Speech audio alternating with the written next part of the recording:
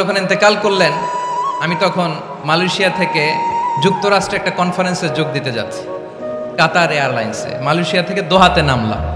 দোহায় যখন আমার ট্রানজিট, তখন শুনতে পেলাম যে আল্লামা বিদায় নিয়েছেন।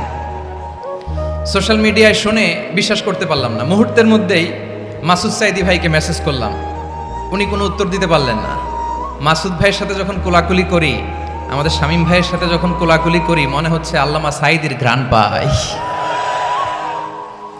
শরীরটা লিটারালি কাঁপছিল, নিজেকে মানাতে পারছিলাম না, বিশ্বাস করতে পারছিলাম না যে আসলে আল্লামা বিদায় নিয়েছেন। ইন দ্য মিন টাইম আমার সেকেন্ড ফ্লাইট, দোহা টু নিউ ইয়র্ক, 12 ঘন্টার ফ্লাইটে উঠলাম।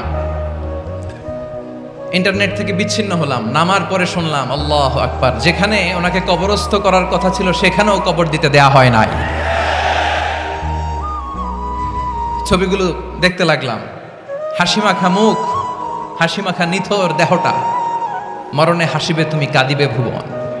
From east to west, from north to south, the entire globe, গোটা বিশ্ব ওনার জন্য কেঁদেছে। গোটা বিশ্ব